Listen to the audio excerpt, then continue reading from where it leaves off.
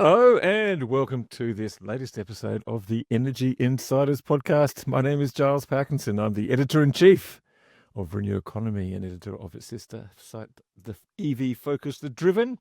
And joining me, as usual, but not quite as usual, is RTK principal David Leitch. David, buying an electric car wasn't enough for you. You've now got a dog as well. I've had a dog pretty much for a large part of my life, but this is the new addition. Checkers here is a very enthusiastic audience member, and instead of an autograph, I said he could make a guest appearance, but I'll let him go now because he's very bored and he loves listening to stuff about electricity. He'd probably be rather outside playing in the rain, but he can't do that either. So or rounding up sheep. What is he there? Yes, he can round up sheep, but he's a bit small. If you let him loose on a cow or something, I'm not sure who'd be the winner, but don't think he would be. What is it? It looks like a border collie. That's a Sheltie. Karen said we couldn't have any more big dogs, which was quite reasonable. And I wasn't going to get a dog at all. And then, of course, I walked past a couple of these in Roseville, and there we go. Well, that's an unusual introduction to our podcast today. Data centers. We're going to have, we've done an interview about data centers. I thought it was really very interesting, and we'll get to that shortly. But, and we'll come back after that to discuss the news of the week. And I guess the main bit is the ESOO, the Electricity Statement of Opportunities from AEMO, which seems to be relatively benign. But David, we won't get into that now. At your suggestion, we interviewed or had a chat with Andrew Walton from Walton Advisory about data centers because it's a pretty big part of the electricity equation at the moment. It's a big part of the electricity talk at the moment, Giles, yes. Quite so. Okay, without further ado, let's have a listen to our interview with Andrew Walton. Andrew Walton, thank you very much for joining us on Energy Insiders. Thanks very much for having me. It's a bit of an honor and a privilege to be here. Look, data centers have kind of been this sort of the topic du jour. If I can throw in a bit of half-assed French, everyone's talking about it. Topic of the year. No, what do you mean? Of the day, Giles. But anyway, sorry. No, it's just an expression, David. But anyway, I'll forge on. AEMO's come and talked about data centers in its latest ESOO forecast, its 10-year sort of outlook on grid reliability. It was a big feature of Transgrid's transmission report. It was a big feature of the VicGrid transmission report. So a lot to talk about, Andrew, but why don't you just start off by telling us... Oh, and Andrew, before you do, sorry to interrupt, Giles, I just wanted to ask, are you saying that data centers have replaced hydrogen as the topic du jour, just so I can know where this conversation is? Well, yeah, it was really interesting seeing in Transgrid's report, basically, a year ago it was forecasting 5 terawatt hours of hydrogen demand, and now it's forecasting basically almost nothing. And a year ago it was forecasting almost nothing of data demand, and now it's forecasting 5 terawatt hours. So I'll be interested to see what Andrew thinks of this. But Andrew, why don't you just start off by telling us who you are, what you do, and what you know about data centers? Yeah. Well, thanks very much for having me on again. So I guess by way of background, I did a commerce law degree a while ago at Melbourne University, and when I graduated from that, probably because I worked at Dick Smith part-time, I got a job in the tech and telco team at Macquarie. That was a good place to cut your teeth. I worked then at a sort of a boutique strategic consulting / M&A firm in Melbourne, which had two really important clients for later in the story. One of them was a wind turbine manufacturer / developer, which is where I've sort of developed my skills in the energy industry. And the other one was a company called NextGen Networks, which is a large sort of backbone telecommunications network in Australia, which had an ancillary business or associated business with it called Metro Data Centers, which was later acquired by Equinix. So that's what I started learning about the data center industry, which is it's got quite a steep learning curve, but it's a very, very interesting asset type. Time moved on, and I spent, did the typical young Australian thing, did my tour of duty in the UK, where I worked for a company over there called Octopus Investments. And then when my wife and I returned home, Octopus decided to open its doors in Melbourne. It's at precisely the same time, one of those times of serendipity, precisely the same time that I was returning home. They gave us 3 months to sort of get a business case away and get the business going. They've now been there for 7 years. Sam's done a wonderful job there. And then after about 3 years there, the gentleman that was the managing director of Metro back when I used to advise them sort of came and plucked me out of Octus Investments because they needed sort of an energy/investments guy to work with him, someone that he trusted.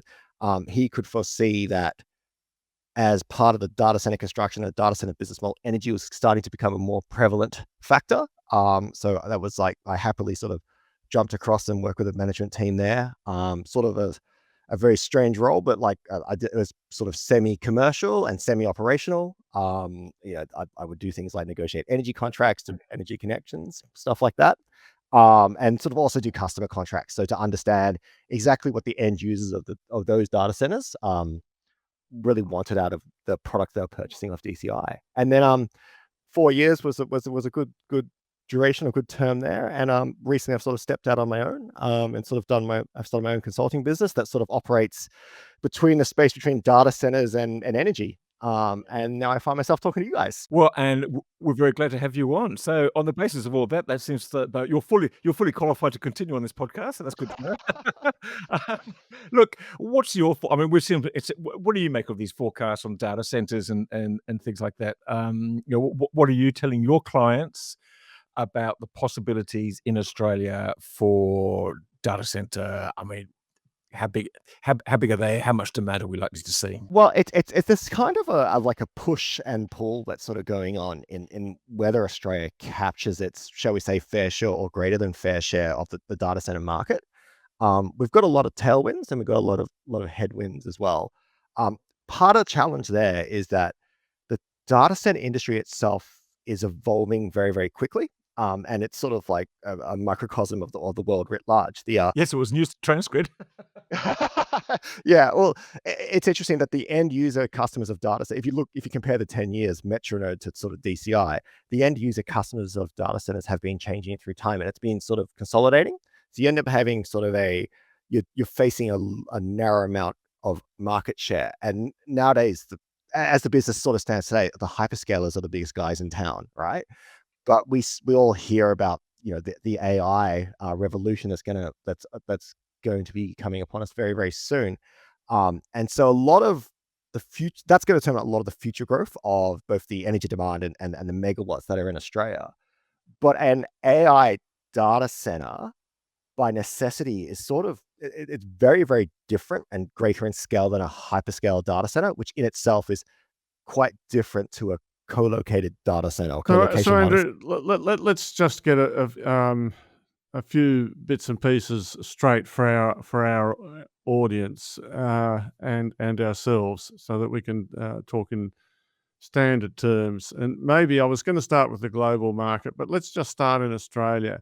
How many megawatt data centers are measured in terms of their electricity power consumption capacity in typically megawatts, aren't they, as a general rule? How many megawatts or gigawatts of data center capacity do we actually have in Australia? About 1,300 is sort of the rough number that gets used by companies like Morgan Stanley. So that's today or as of 2024. So there's about 1,300 megawatt of installed capacity in Australia at the moment. And that's predicted to sort of grow at about a 16% CAGR up until that 2030. So you'd have about 3.2 gigawatts on the grid. And for anyone else's general information, there's about between 2 and 3 gigawatts, 1,000 megawatts of aluminium smelting capacity in Australia, which traditionally has been the biggest consumer of electricity. But of that 1,300 megawatts, it doesn't actually run at 100% capacity utilization, does it? That's absolutely correct. And it's also, that number has to be both grossed up and then sort of discounted down. So it has to be grossed up in the sense that to support, say, 1 megawatt of ICT or server load within a data center, you actually have a bunch of ancillary equipment around it to cool it and sort of house it in a very secure environment. We call that sort of the PUE factor. So typical PUE factors are about 1.25 to 1.3. It depends on the underlying technology of the data center. So you have to gross up those. So that's the power use efficiency or something, is it? That's correct. That's correct. And a good data center has a lower PUE number that approaches 1. Yes, but say 1.3. So for when you say 1,300 megawatts, you're talking processor capacity. That's correct. And its actual demand on the electricity system is more like 1.6 gigawatts or something like that. That's correct. That's correct. But when your customer moves their server into the data hall, and they connect it up to the A power stream and the B power stream, it's a bit like driving a car. You don't floor it at 100% all the way every day, all the time. And so you typically find, in my experience at least, when those customers sort of reach a steady state, they typically consume at around about 55% or 60% utilization factor for the capacity that they're paying for the power that they're paying for. So that means that broadly in Australia, as of 2024, there's about 800 megawatts of capacity being used 100% of the time. That's one way to think about it. Yes, correct. Which is broadly equivalent to the electricity consumed at the Tomago smelter, if for want of a better word, or maybe Boyne Island. But anyway, it's equivalent to an aluminium smelter's worth of power right now. And as you say, it's growing quite quickly. Now, before we get onto these very exciting large language models and stuff, in fact, most data centers in Australia do far more prosaic tasks like, I don't know, keeping data in the cloud or that sort of stuff for businesses or governments. I mean, what are data centers used for traditionally here in Australia? Well, there's sort of a neat, if you looked at a typical data center fleet at the moment, from a data center operator, they'd probably be split between a co-located data center and a hyperscaler data center. And they're quite different in terms of what the servers within those two different data centers do. Co-location is sort of what most people might think of the traditional data center. And that's when you might have had a business, let's just call it random business, call it Renew Economy, for example. They needed to host a server in the corner of their room. They put it in a rack. On that server rack, there was sort of some hard drive storage. There was probably an email server, and it lived in the corner of the office, and it needed the phone line to survive. So eventually that got moved out of the corner office and moved into a data center or co-located data center, so it could have a much more sort of stable operating comms environment and a stable operating electricity environment. But importantly, where the co-location aspect comes in, other companies would put their racks in the same hall, and you would share a pooled amount of redundancy that the data center operator would provide to all the customers within that data hall. Fast forward 5, 6, 7 years, as you get larger customers, which you call the hyperscalers, they said, I don't want to share the hall with people anymore. I would like to buy the whole hall off you, and I'll put my much more specialized equipment inside that hall, and they may take up more than one rack space at a time. And what's really driven that is the way that individuals have consumed IT services, if you like. These days, we tend to use things like a Microsoft Office 365, whereas previously you would have had like local copies installed on your computer. Now you might use web-based applications because that is an easier and more simplified deployment model for those companies that would provide you those services. And so you've seen this number of customers of a typical data center has been reducing through time. And so those data centers where the hyperscale, and I'm not quite sure whether hyper is really justified, but let's not go there. They would have used more like general purpose computing chips rather than the kind of machine language or learning chips like NVIDIA chips and things like that. Yes, without getting too complicated, they would still probably use serial-based x86 processing, which was the backbone of sort of like, the Microsoft server product. So we're not talking quite yet into sort of the parallel computing world, which is more heavily associated with AI.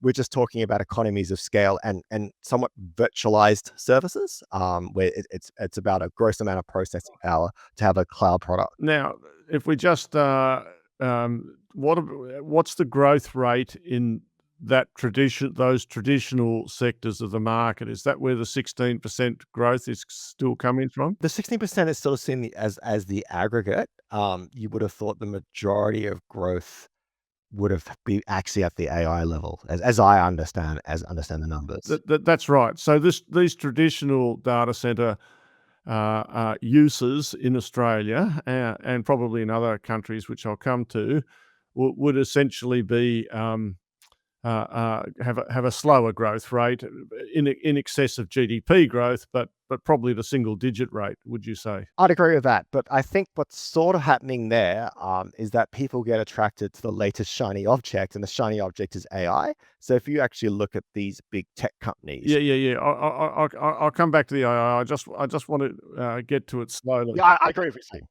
Yes, correct. And then another.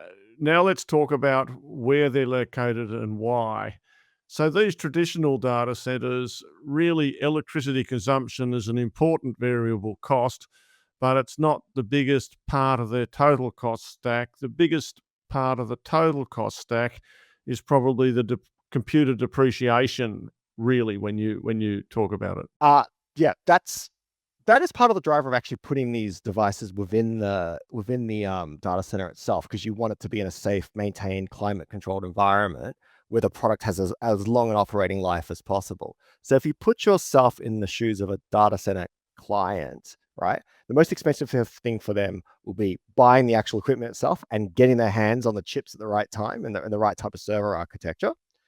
And then when they then start interacting with the data center company, traditionally, the next most important cost was the rent, which we confusingly call the power charge, but it's a power density charge. That's most akin to renting the space in the data center to put the servers in.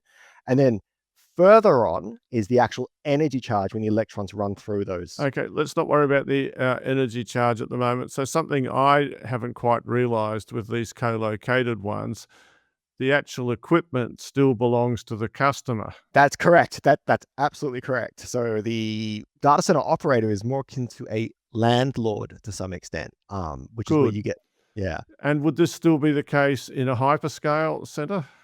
Well, it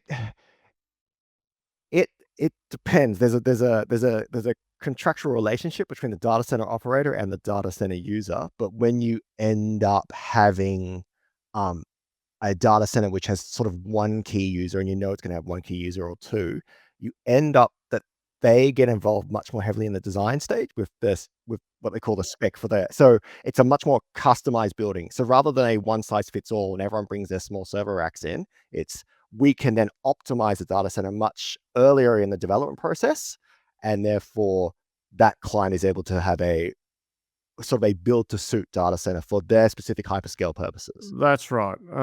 And then so in this case, because the clients, and there are lots of clients, maybe in a data center, a co-located one, or it's probably you're going to want to locate that data center close to where all the IT guys can come in after breakfast and have a look at the server and give it a nice pat or whatever they do. Yeah, and so part of what the data center operator there is trying to do is they have the security lists of certain techs that can come in and out, and there's all these pretty highly regulated regimes of who could actually go in the data center. There's access control and things like that, because you do have that fundamental problem. Like if I get into that co-located data center where Renew Economy's server is sitting, that's a security concern, right? So it is about actually being close to the populace, because you actually need the hands and feet to service those servers. And another thing is that Australia is an island, as John Dunn might have said, but not on.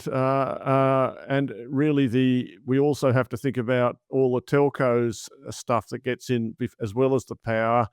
But that relative to building electricity lines, building fiber optic cable is quite cheap, and there's plenty of it in the major capital cities, and the latency times, even to Asia and the US, are not that bad. Is that a fair statement? Yeah, I mean, but back in the days when I advised Next Gen Networks, they sort of kicked off a project called the Australia-Singapore cable, which linked Perth to Singapore.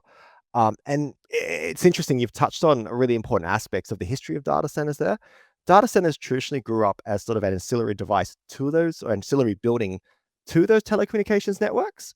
And traditionally, data centers were what we called closed data centers. They didn't really have a carrier neutral point of view. So if you wanted to put your server in a data center, you went to Telstra, because Telstra would give both your comms and your data center space. And then at the time of Metronode coming up, they had what's called a carrier neutral data center. So you could access all the carriers in the meet me room. And that sort of has spurred on people being able to pick and choose which data centers they put their servers in, because they're no longer bound to a particular carrier for their comms.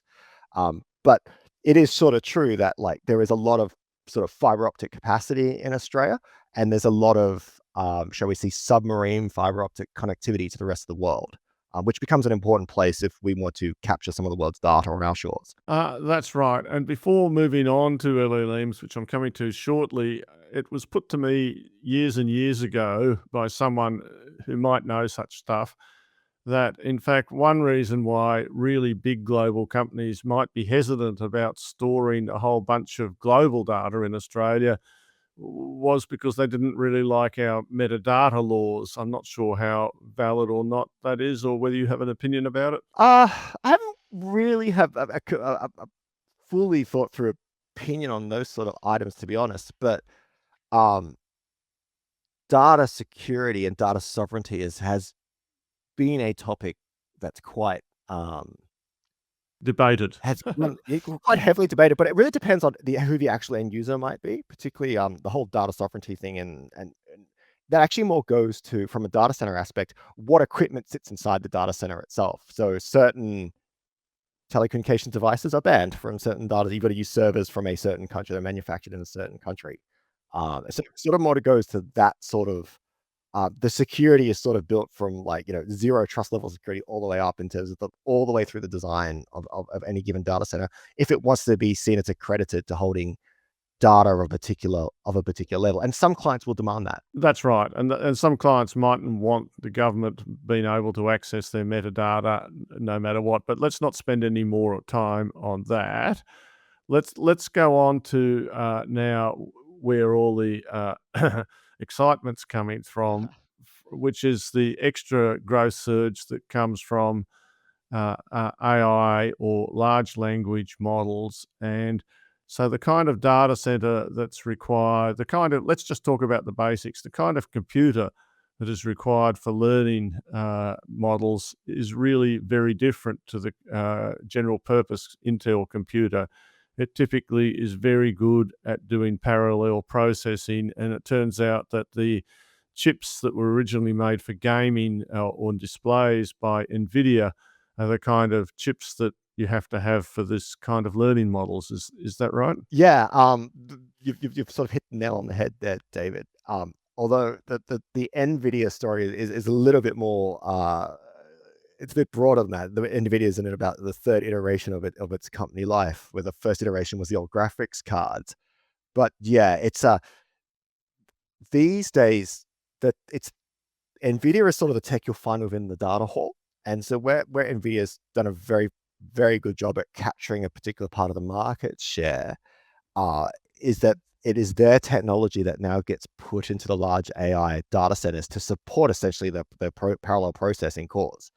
But the data center that has like an NVIDIA setup inside it looks vastly, vastly different to a rack-based data center as you would traditionally design it, to the extent that NVIDIA are managing to capture the whole value chain within the data center itself. So you wouldn't even have, for example, Ethernet cables within some NVIDIA-based data centers, because they've embedded their own higher capacity style cables. And the reason for this is that there's such a lot of parallel learning going on that the communications between the racks and is so important to get that speed of it exactly right, and to get the density and power density and so on and so forth.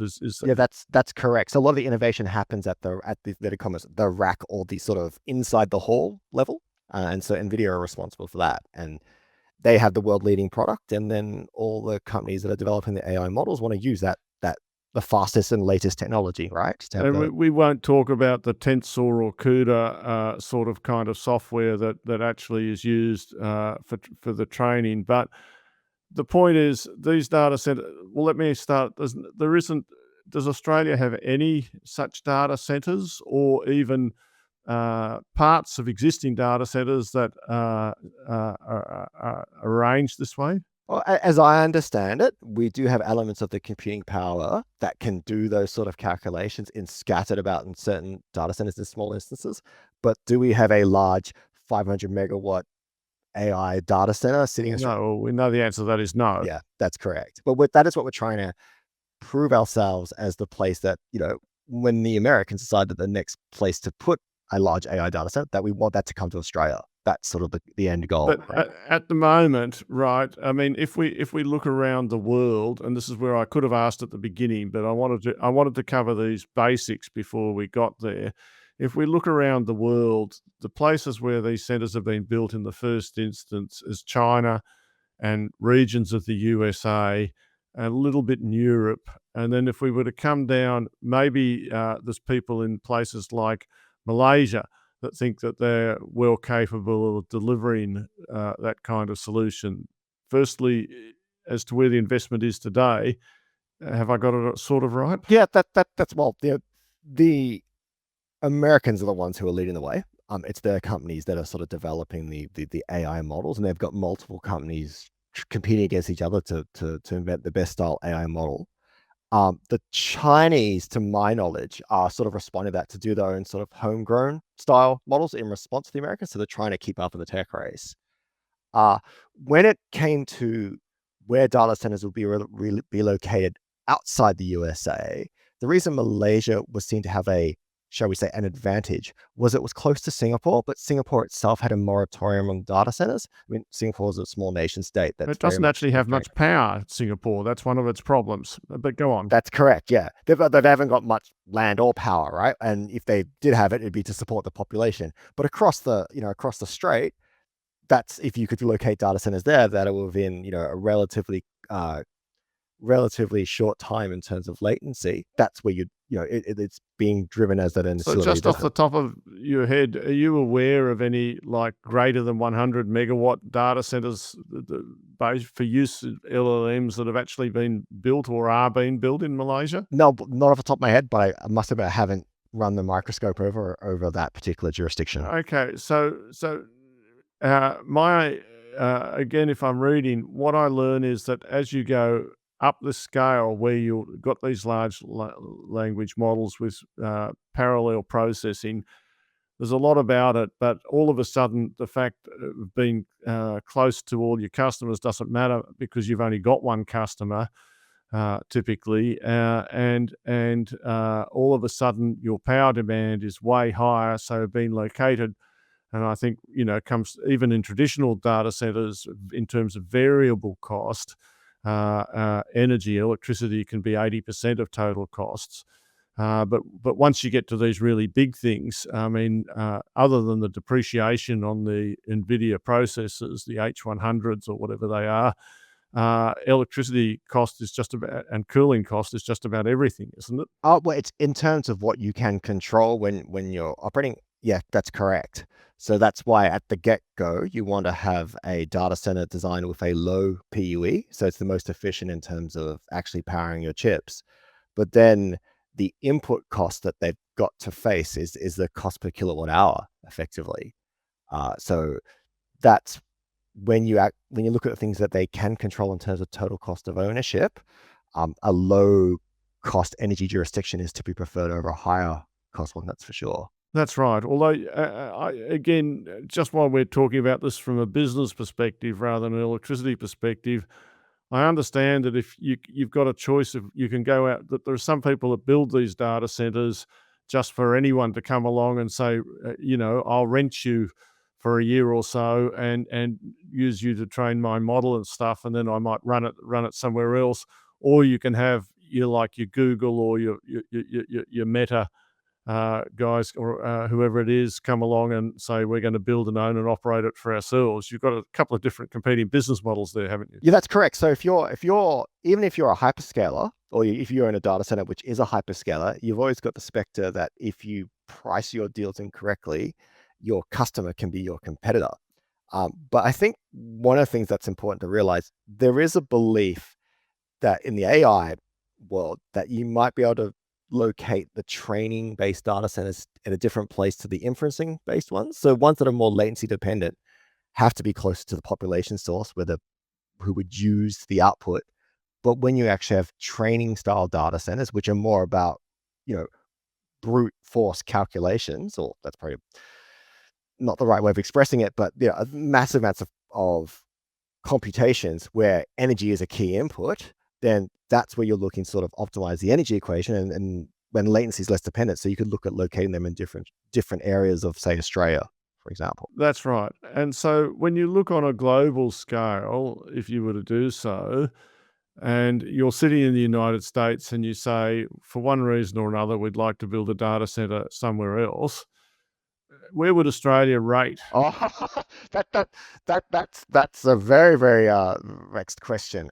Depends on who you ask, I would think. Well, I'm asking you. I think from in the sense that Australia is a strong ally of the US, that we're a Western liberal society, that we have sort of a stable operating environment, and our energy grid is quite reliable. We would rate very highly on that aspect, and the fact that some of those companies are already here, we'd rate very highly on that basis. I would have thought that, having had a look at the latest quarterly energy dynamics and where the wholesale prices sort of trended upwards over the years relative to its historic cost base, then it's not quite as attractive.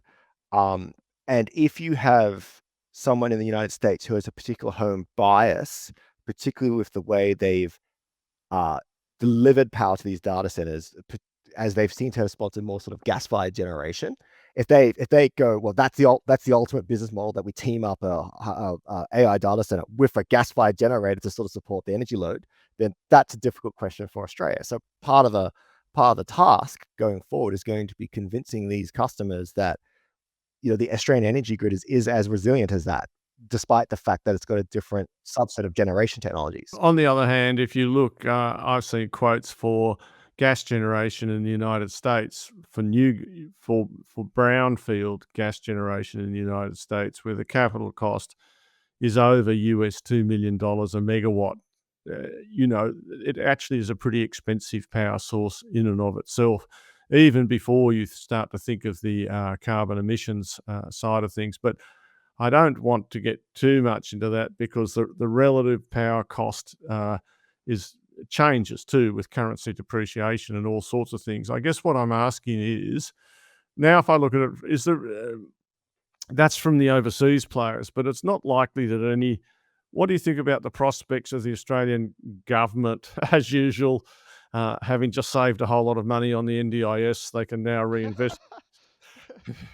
They could just reinvest it in a data center, is there some Australian corporate that's falling over itself to build a data center, of I don't know, greater than 100 megawatts capacity in Australia? I mean, a 500 megawatt data center. Do you see any realistic prospects of such a thing? I think there's a lot of data center operators that would like to build data centers of that scale, which will be necessary to build them of that size to be economic. But in terms of the user of those data centers, then they typically come with a USA flag on the back.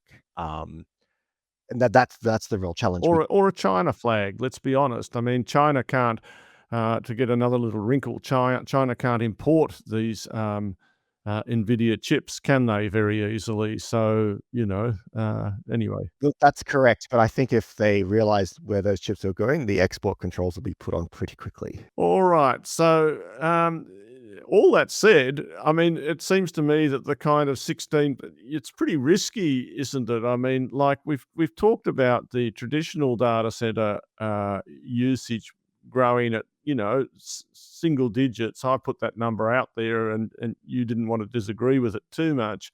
But we've got this overall growth of 16%, which is close enough to double. So there seems to be kind of a bet that somehow or other this demand for this AI in Australia, or learning, is somehow going to double data center demand. Yeah, but I think that's when you sort of scratch below the surface and sort of go, well, what's actually driving the way that we're going to use computers in the future? And bearing in mind that the Transformer paper is only 8 years old. It was written in 2017, but AI seems becoming more and more pervasive in terms of everyday life. And really, the ultimate question is going to be: But if you use ChatGPT 5, I mean, it's hopeless. It's worse than ChatGPT 4. I use Claude Code all the time, but I just had ChatGPT 5 hallucinate something to me today. It was just it just completely made it up, and I had to make it do a web search to prove to itself that.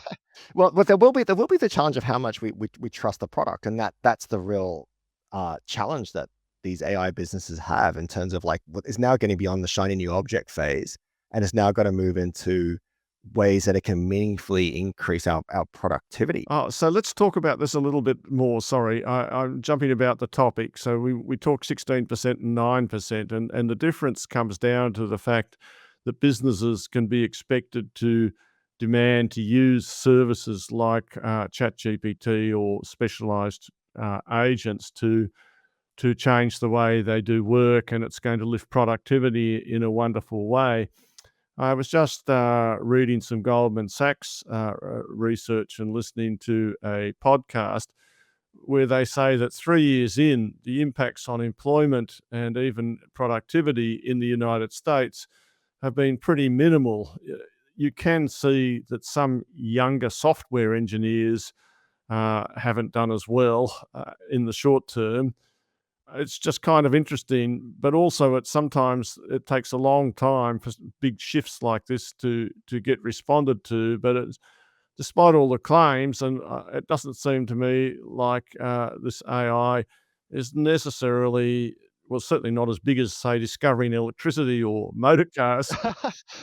Well, I mean, you have to sort of look at it, let's think of a historical prism of the last 25 years, or I guess in my lifetime. You've got one interesting aspect now that the people who are generally in charge of the US tech companies would, within the lifespan, have observed the dot-com boom. So that tends to have an asymmetric payoff. You either do very, very well out of it, or your business fails completely. But you've got to make the bet to be at the table. You got to be in the room where it happens. So there was a time when the dot-com boom took off, and then anyone that had a dot-com got a premium on their valuation, and then those that some survived, some didn't. So back in the day when I was at at the beginning, it must have been about 2006. You could have chosen to be a Yahoo investor or an Amazon investor. And my prediction was Yahoo, and that Amazon would never make it. That's how good I am at predictions. Go on. Well, they can be kind of coin flips, and we can talk about it on our Nokia phones or discuss it on our Blackberries later on. You know what I mean? Some companies survived and some didn't. And then the second real one that sort of came in, which is about 2008, 2009, was when the iPhone hit our pockets. And you sort of looked at it and goes, well, isn't this great? It can make phone calls. It's a music player, and it can guess what music's on. And then, I knew that was a winner from the day one. That was never a doubt. but if you told me it would revolutionize, it would destroy the taxi industry, because Uber was able to use that platform and over-the-top communications. Some people would have predicted that for sure, but many people didn't. One of the interesting observations was when the submarine fiber optic cables were being built. Traditionally, the business model for them was, Qantas. Like, it's a bit like a airline route. It was like Qantas and American Airlines would exchange the route, and they would dominate that trans-Pacific route. And Telstra and AT&T would fund the cable and control it. But as those new cables came into existence, suddenly, when we're doing the book build for it, suddenly US tech company number one turned up, and US tech company number two. It's like, well, why do they need capacity? It was a very interesting time. Like, why are they the ones now funding this cable and not your traditional telecommunications network? But they were building the telecommunication company killers, right? They were building the over-the-top apps using these new platforms. So I remember Roy Mahay's law that, people tend to overhype the use of stuff in the short term and underestimate how strong it's going to be longer term. So is it your contention that we can double the level of data center growth rate because businesses will find ways to use the technology that are going to enhance productivity? And by enhanced productivity, I don't mean sacking people. I mean getting more output and making people's lives better for the same amount of overall inputs. I think some companies that are quick to adapt and have the right scale to adapt to those technologies will be the beneficiaries. One of those observations I've had when I've gone to check with one of my friends runs a company with about 13 employees, and I actually went and asked him that very question because I was curious, like, are you using AI as like a more productive search engine, or is it, something a little bit more? And he sort of took me behind like where all these servers were and explained how they had lost an employee and they tried to virtualize their function, right? And in that, they managed to use the AI tools to sort of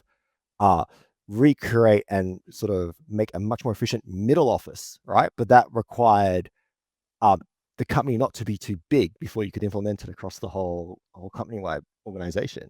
But to some extent, we're not going to get too much of a choice about using the AI tools. I mean, you just have to look at perhaps Microsoft Office and how that, if you have a cloud-based instance of Microsoft Office, you might have noticed that that's been evolving relatively rapidly. And suddenly, I don't use Microsoft.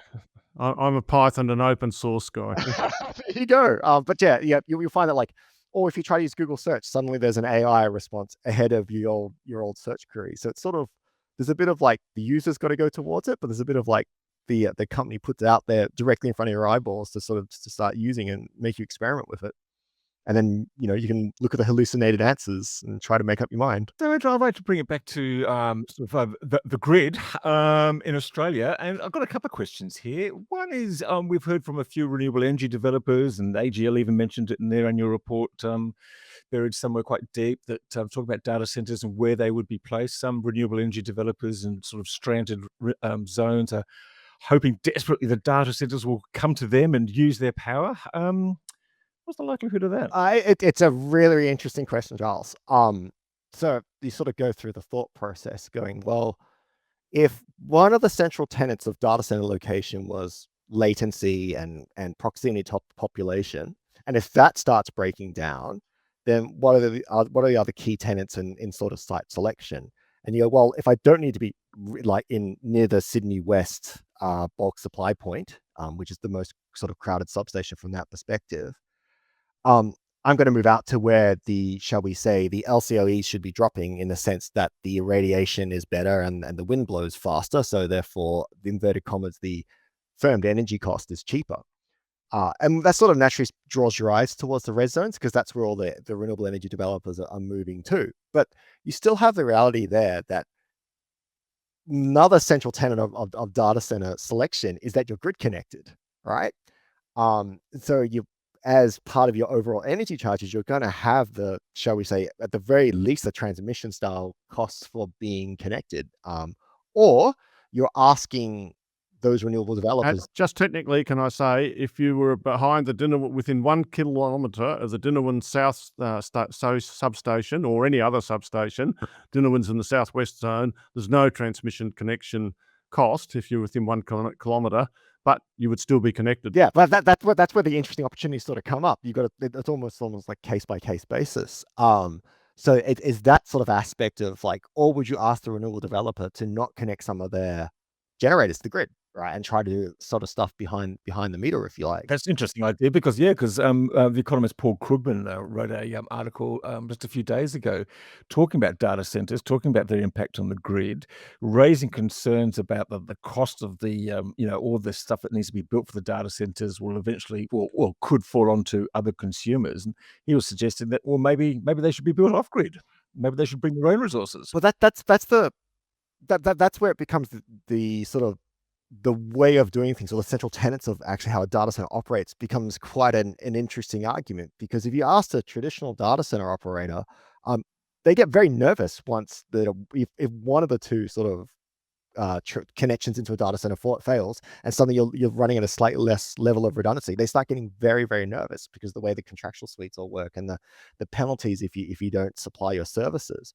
So you get this sort of weird world where you go, well, what happens instead of assuming that the data centers pull energy from the grid, and then they have their own backup as on-site generation? What if the on-site generation is the primary and the grid is the backup, right? So you sort of start flipping the logic of it all. But then you realize you've got to go to end customers and understand whether they're happy with that style of arrangement. And the only thing that's going to get them to move the dial is if the overall total cost of ownership is lower, right? So you've got to be able to offer a cheaper energy price than if you were grid connected. So there's sort of that sort of trade-off between the two metrics. And if it's not, they're just going to go, well, can you build it in the old traditional way? Thank you very much. Because I'd much rather value the connection security than the overall energy costs, believe it or not. And from your assessment, what do you think the opportunity is for Australia to deliver a lower cost supply to data centers? What's the line? Like we've got, the sun on our back, the sun on our shoulders and the wind at our back. So like, if you look at some of the LCOEs, look at some of the LCOEs that we can build in some areas of the country, then it is actually quite interesting. But at the same time, you'd have to look at the overall spec that the data centers may require. So that if they start saying, well, in concession for the fact that I'm getting a much, much lower energy cost, I'm willing to relax my SLAs somewhat, that might be a winner, right? Because you then batteries start coming into the equation as well, right? I mean, you interviewed the CEO of Acacia recently, and battery costs are coming down, right? So we have to look at how that factors in all how we'd supply these guys as well. So, and another, sorry, Giles, I apologize, but another thing that's very important is how interruptible are these data centers. I mean, we know that sometimes they just pause and you get this huge drop in demand without necessarily wanting it. But if you had a controlled direction to reduce load, can they do it? I think if you've got a modern enough data center with the right type of SCADA and you'd had them sort of participating, I think that's more than possible. Although the standard way that a data center, like the cheapest way that you'd actually supply or do the energy supply in a data center operator is like, well, if we're having trouble with the grid, we'll just disconnect, thanks very much, and go on to generators, because that's what the job is, right? Like the job of the data center operator is to keep the servers happy, right?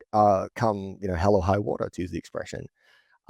It's never really sort of, and this is mainly because they were so small relative to the rest of the grid. So as they get bigger and bigger, right, as a relative percentage of the power draw off the grid, they become a bigger participant, right?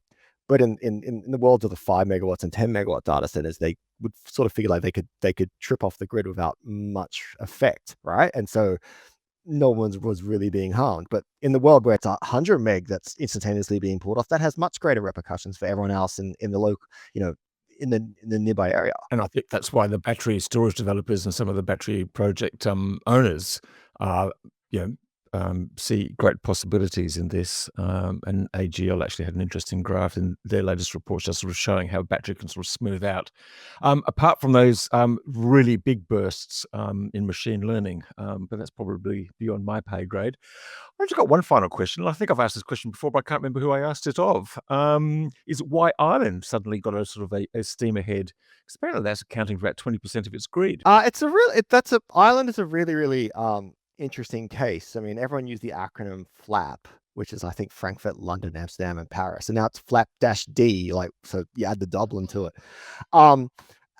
It's Ireland's sort of the unique case. It's in the EU. A lot of, shall we say, tax structuring takes place in Ireland in terms of the ways that those multinationals are already managing their affairs. It's the first, if you're building a transatlantic cable from America to somewhere in Europe, it would be the first getting off point, if you like. And they speak English, right? So there's also that. So I think you can see how Ireland has managed to, and it's not without their own problems. Like they have sort of made comments like, now they're starting to form a bigger part of their grid. But Ireland's a really good example of how a country can leverage its geographic or natural advantages or regulatory advantages to attract these companies to those shores. But I think Ireland's power demand is not much different to South Australia's either.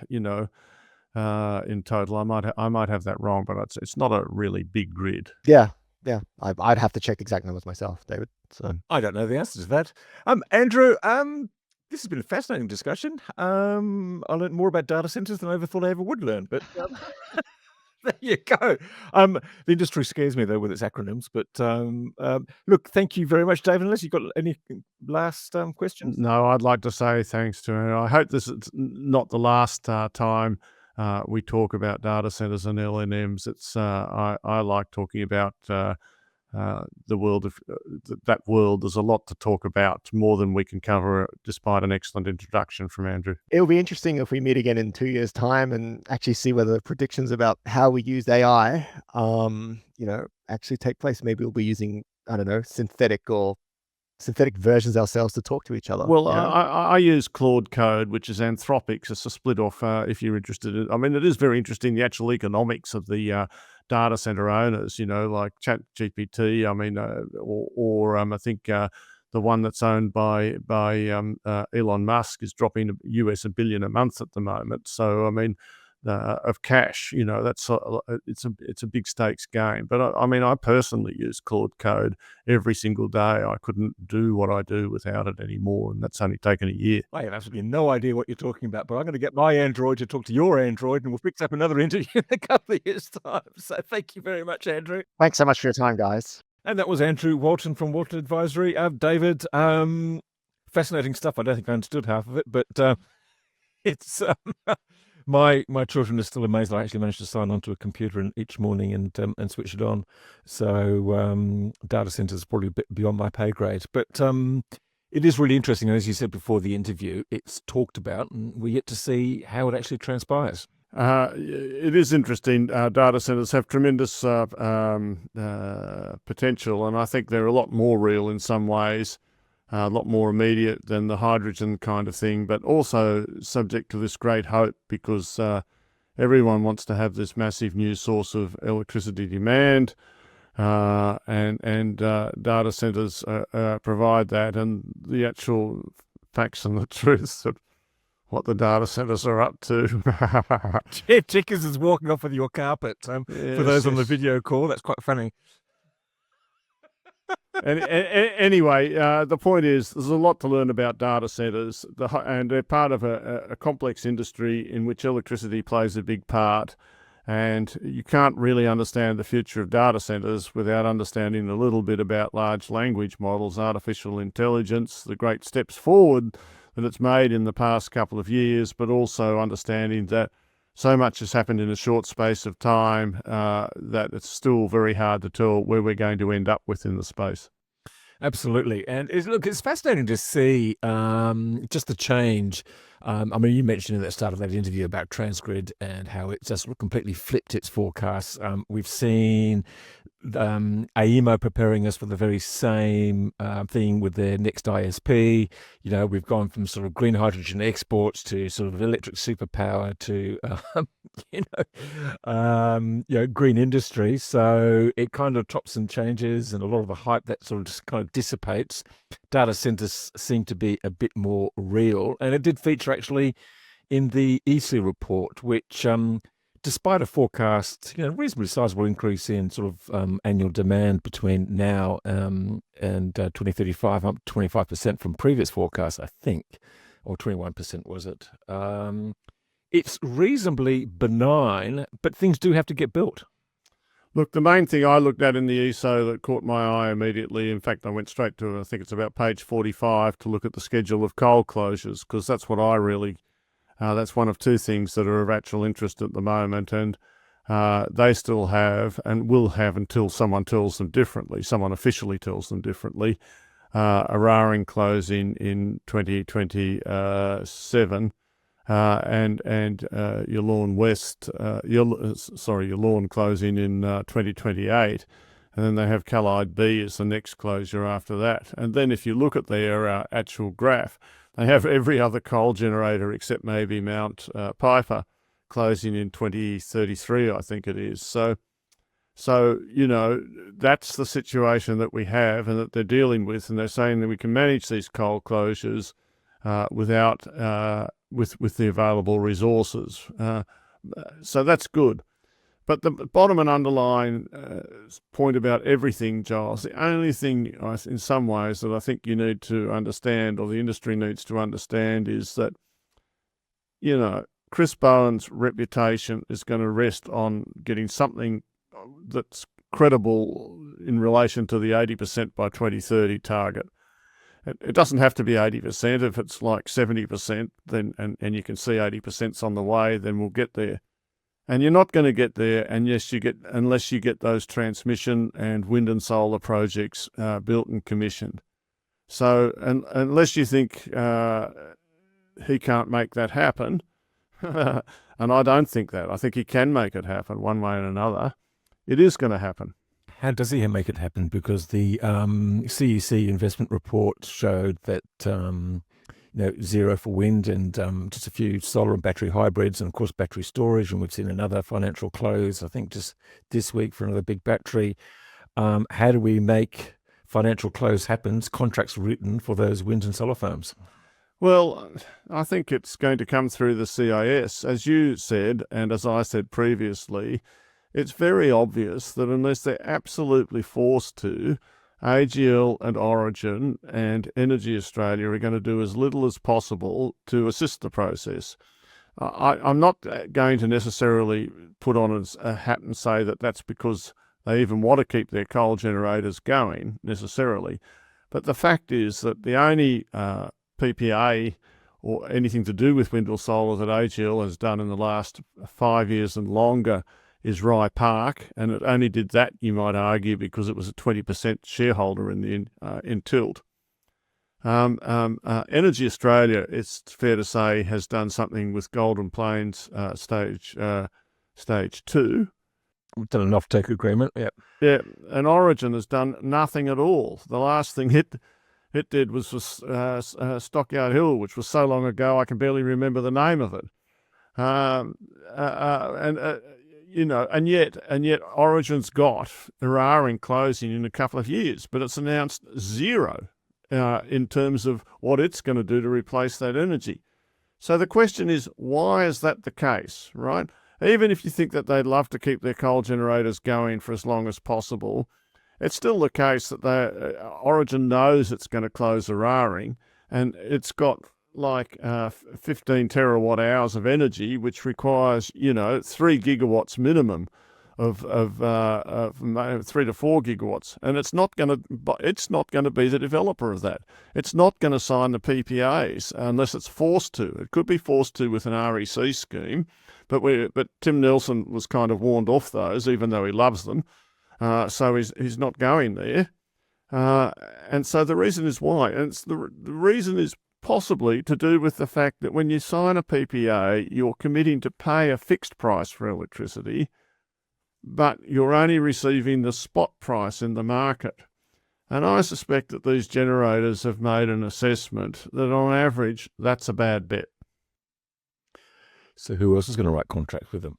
There's not many big corporate so the government customers out there. The government is. Okay. The government is. The CIS is. And the sooner that people realise that the CIS and whatever fancy-dancy thing the Nelson thing proposes that's even more complicated to replace it, is that trying to get those private sector guys involved and having to write contracts, that's the problem. They don't want to write the contracts. So basically the prices for the CIS will have to go up to underwrite those things and get the finance. Yes. Why not go back to something approaching your vanilla contract for differences, CFD, the same as what we had in the ACT government or the Victorian government? Or we're going to get closer to that. That's my guess. Because the point is, that's what can happen, and that's what will happen if it has to happen.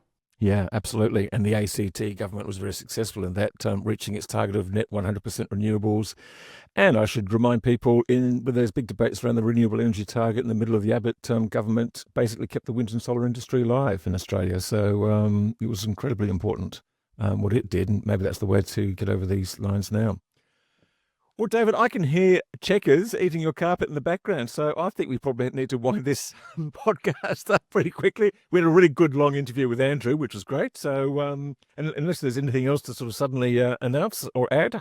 Oh, no, it was great to see Australia Post announcing that they've got, 35 electric delivery trucks. That's great to go with their thousands of other electric vehicles, which it took me a couple of seconds to realise are mostly bicycles, but I'm still a great supporter. Well, you've got to start somewhere. They do. And look, that is the economic and efficient way to do it. Yeah, no, that's exactly right. Yeah.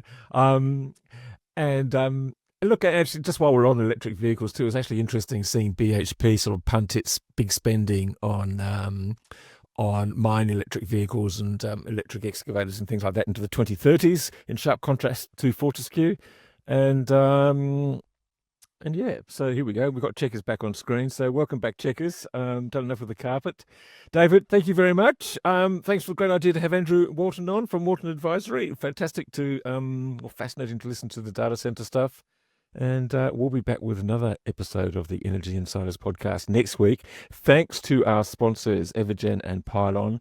Do check out great interview on the Solar Insiders podcast about VPPs, and a really good interview on the Switched On podcast with Mark England from Osgrid, seeking to sort of bend the rules and get permission to put in solar and sell it to the people. So very interesting discussion there. Bye for now.